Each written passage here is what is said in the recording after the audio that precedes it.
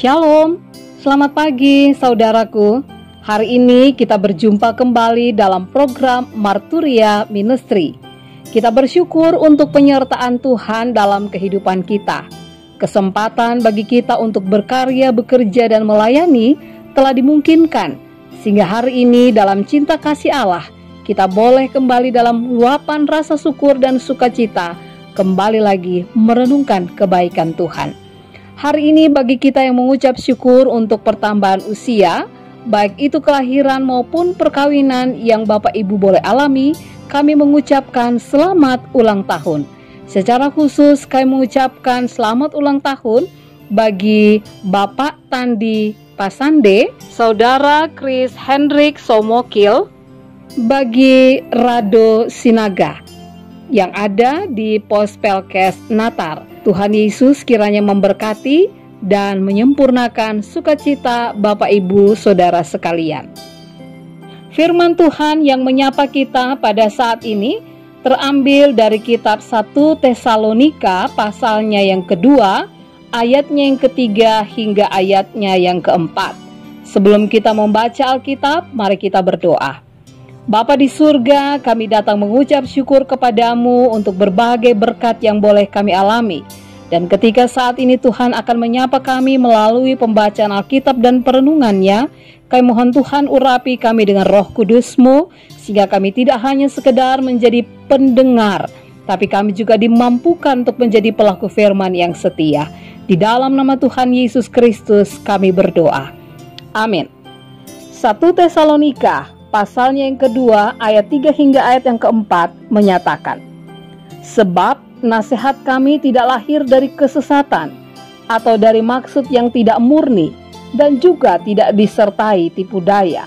Sebaliknya, karena Allah telah menganggap kami layak untuk mempercayakan Injil kepada kami, karena itulah kami berbicara, bukan untuk menyukakan manusia, melainkan untuk menyukakan Allah yang menguji hati kita.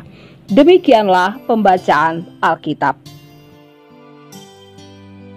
Menyampaikan sebuah nasihat memang bukanlah hal yang mudah, karena seringkali ada banyak orang yang memiliki kecenderungan untuk enggan menyampaikan nasihat, karena terkadang orang hanya melihat nasihat itu dari hal-hal yang memberikan kata-kata yang menyukacitakan telinganya. Surat Paulus kepada jemaat di Tesalonika memberikan sebuah penegasan. Hal-hal apa saja yang membuat ia harus menyampaikan nasihatnya. Menurut Paulus, nasihatnya tidak lahir dari kesesatan atau dari maksud yang tidak murni dan juga tidak disertai tipu daya. Sebaliknya, karena Allah memperkenankan dan melayakkannya.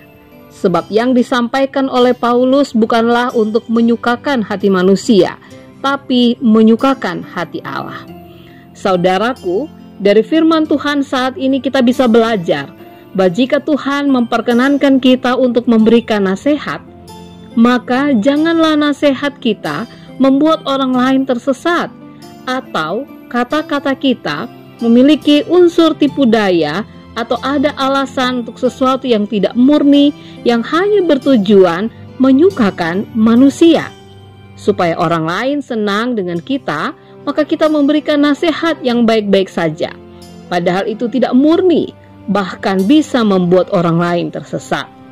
Ingatlah, jika kita ingin memberikan nasihat, maka apa yang kita sampaikan itu hendaknya menyukakan hati Allah.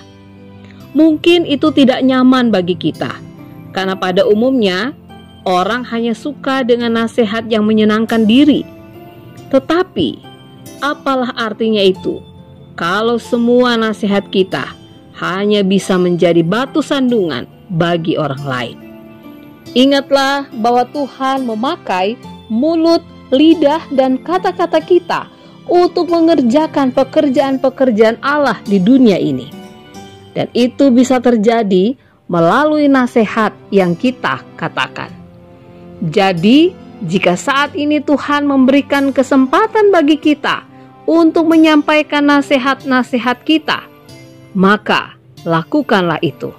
Karena seperti yang dikatakan di dalam 2 Timotius pasal 4 ayat 2-3, Beritakanlah firman, siap sedialah baik atau tidak baik waktunya, nyatakanlah apa yang salah, tegurlah dan nasihatilah dengan segala kesabaran dan pengajaran, karena akan datang waktunya, orang tidak dapat lagi menerima ajaran sehat, tetapi mereka akan mengumpulkan guru-guru menurut kehendaknya untuk memuaskan keinginan telinganya. Amin. Bapak, Ibu, saudara-saudara yang dikasihi Tuhan, mari kita berdoa. Tuhan Yesus yang baik, terima kasih untuk firman-Mu saat ini, yang memampukan kami kembali untuk tidak ragu menyampaikan nasihat kami. Ingatkan kami Tuhan, bahwa setiap nasihat kami bukanlah menyukakan manusia, tetapi menyukakan hati Allah, sehingga kami mampu mengatakan yang benar dan mengatakan yang salah. Dan biarlah setiap nasihat yang kami katakan, orang lain yang menyadari tentang kehidupannya boleh semakin mampu untuk bersikap lebih baik dari waktu ke waktu. Iman mereka dikuatkan karena Tuhan selalu hadir dalam hidup mereka. Di dalam nama Tuhan Yesus kami berdoa. Amin. Selamat beraktivitas Bapak Ibu.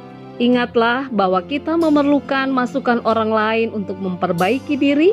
Kita perlu rendah hati untuk menerima nasihat mereka. Tuhan memberkati kita.